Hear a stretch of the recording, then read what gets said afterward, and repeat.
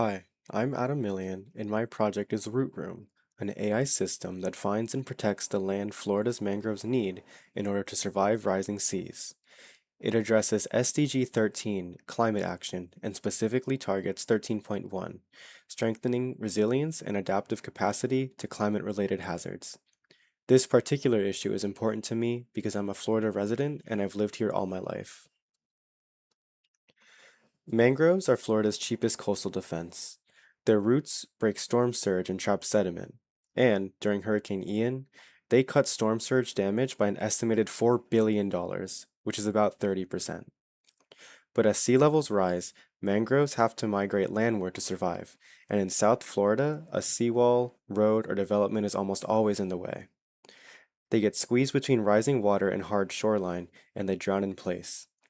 Florida's Mangrove Act protects mangroves where they stand, but nothing reserves the land they need to move to. Rootroom does two things. First, it ranks parcels of land. It scores every coastal parcel for how suitable it'll be for mangroves decades from now, using LiDAR elevation, satellite imagery of current mangrove extent and health, NOAA sea level projections, and parcel records. And second, the agentic part, it watches over the land.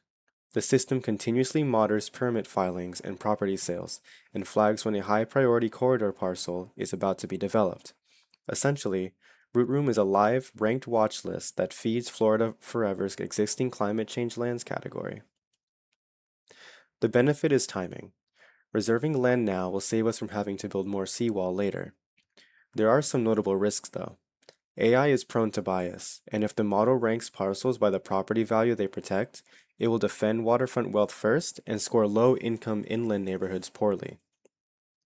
Damage estimates themselves also vary, as one study puts Irma's savings at 1.5 billion, another at 725 million. Whose flooding counts as damage worth preventing is a design choice buried in the model's objective function.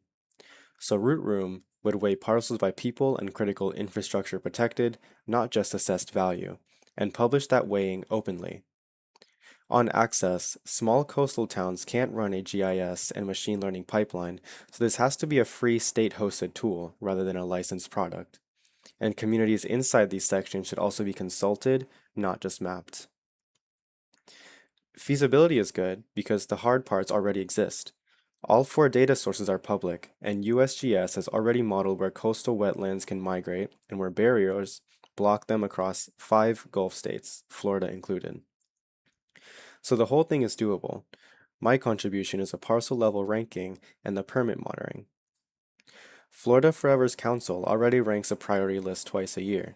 Funding is also limited, so the ability to rank and prioritize is really helpful. The real obstacle isn't technical, it's property rights. What I really want to stress about this is that the decisions have to be made decades before flooding they prevent. AI can keep a slow ecological process visible on a political timeline, but it won't buy the land or bring the initiative to say no to developers.